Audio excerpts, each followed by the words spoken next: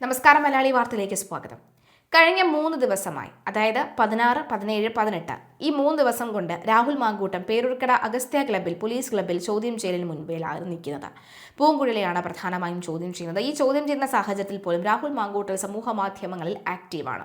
രാഹുൽ മാങ്കൂട്ടം അല്ല സമൂഹ മാധ്യമം കൈകാര്യം ചെയ്യുന്നതെങ്കിൽ രാഹുൽ മെസ്സേജ് അയച്ചു, സന്ദേശം അയച്ചു, ഫേസ്ബുക്കിലൂടെ സന്ദേശം അയച്ചു എന്നൊക്കെ പറയുമ്പോൾ രാഹുൽ ആയിരിക്കില്ലായിരിക്കുമല്ലോ എന്നുള്ള ചോദ്യവും ഇവിടെ വരുന്നുണ്ട്. കഴിഞ്ഞ ദിവസം രാഹുൽ ചോദ്യം ചെയ്യലിന് മുൻപായിട്ട് സമൂഹ മാധ്യമങ്ങളിലിട്ട പോസ്റ്റ് എന്ന് പറയുന്നത് ഒരു പ്രസ്ഥാനത്തെ നമുക്ക് എത്രത്തോളം സ്നേഹിക്കാൻ പറ്റും എന്ന ചോദ്യവുമായാണ്. ജീവന് തുല്യം എന്നാണ് പറയുന്നത്. എന്നാൽ ജീവനേക്കാൾ പ്രസ്ഥാനത്തെ സ്നേഹിച്ച മനുഷ്യരുണ്ട്, അവരാണ് രക്തസാക്ഷികൾ.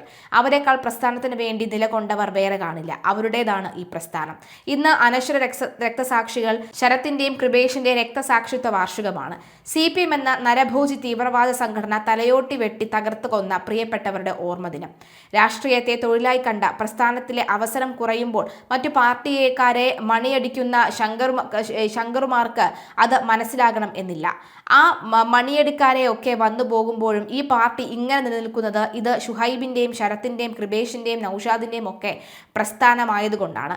അവർക്ക് പ്രധാനം അധികാരമല്ല. സെക്രട്ടേറിയറ്റിലെ ഭരണകൊടി ഇല്ലെങ്കിലും അവരുടെ നാട്ടിലെ കൊടിമരത്തിലെ കൊടിയുടെ നിറമൊന്ന് മങ്ങിയാൽ അത് നോവ് ഉയർത്തുന്ന ആ മനുഷ്യരാണ് ഈ പാർട്ടി. രക്തസാക്ഷി ഉണ്ടായാൽ ഫണ്ട് അടിച്ചു മാറ്റാലോ എന്ന് കരുതുന്ന മധുസൂദനനെ പാർട്ടിക്കാർക്കും അത് മനസ്സിലാകില്ല.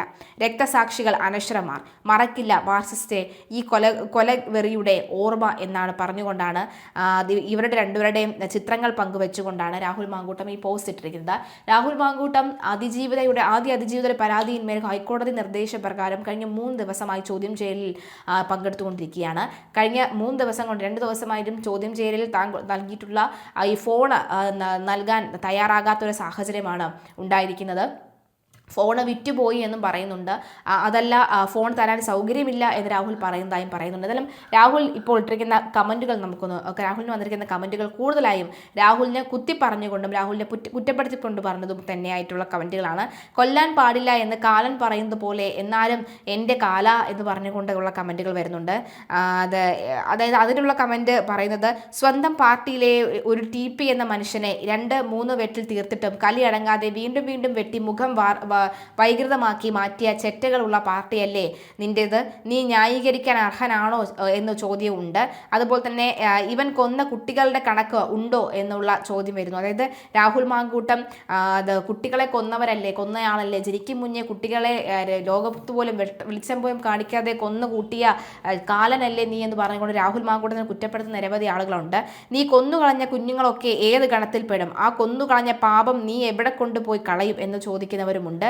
ആ പ്രസ്ഥാനത്തിന് വേണ്ടി ഒരു കോണ്ടം വാങ്ങിയിട്ടിരുന്നേൽ ആ പാർട്ടി ഇത്ര നാണം കെടേണ്ടിയിരുന്നില്ല, എന്നിട്ട് വന്ന് ഡയലോഗ് അടിക്കുന്നു എന്നൊക്കെ ചോദിച്ചുകൊണ്ടുള്ള കമൻറ്റുകളും വരുന്നുണ്ട്. അല്ല, രാഹുൽ ശക്തനായ പോരാട്ടം നടത്തൂ, രാഹുൽ നീ മുന്നോട്ട് വരുമെന്ന് പറഞ്ഞ് രാഹുലിനെ പിന്തുണയ്ക്കുന്നവരുടെ എണ്ണവും ധാരാളമാണ്. എന്തായാലും പൂങ്കുഴലിയുടെ മുന്നിൽ രാഹുൽ മാങ്കൂട്ടം ചോദ്യചെയ്യാൻ നിൽക്കുന്നുണ്ട്. രാഹുലിന്റെ ഭാഗം കൃത്യമാക്കാനായി രാഹുലിന്റെ കയ്യിലുള്ള എല്ലാ തെളിവുകളും നൽകിയാൽ മാത്രമേ ആ നീക്കം നടക്കുകയുള്ളൂ എന്നും വ്യക്തമാണ്.